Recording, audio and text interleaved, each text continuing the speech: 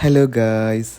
അപ്പോൾ ഇന്നത്തെ പരിപാടി കാറിൻ്റെ ബാറ്ററി എന്താ സംഭവിച്ചതെന്നൊന്ന് കൊണ്ട് ചെക്ക് ചെയ്തിട്ട് വരാമെന്ന് വെച്ച് വേഗം ഞാൻ അതിൻ്റെ ബാറ്ററി കണക്ഷൻസ് എല്ലാം ഊരി മാറ്റിയ ശേഷം അത് പൊക്കിയെടുത്ത് ഇങ്ങനെ മാറ്റി വെച്ച് ശേഷം ഹെൽമെറ്റ് എടുത്ത് കുറച്ച് പട്ടി ഷോയെ കാണിച്ച് ബാറ്ററിയും പൊക്കി വണ്ടിയിൽ വെച്ചിട്ട് അമ്മയ്ക്ക് ടാറ്റ കൊടുത്ത് ഞാൻ തെറിച്ച്. അങ്ങനെ ബാറ്ററി കൊണ്ട് കാണിക്കാൻ ഞാൻ എന്താ വന്നേക്കുന്നത് ബൈജുവണ്ണൻ്റെ വർക്ക്ഷോപ്പിലാണ്. സംഭവം ബാറ്ററി പോയതാ, പുതിയ ബാറ്ററി വാങ്ങുന്നതായിരിക്കും നല്ലതെന്ന് പറഞ്ഞു.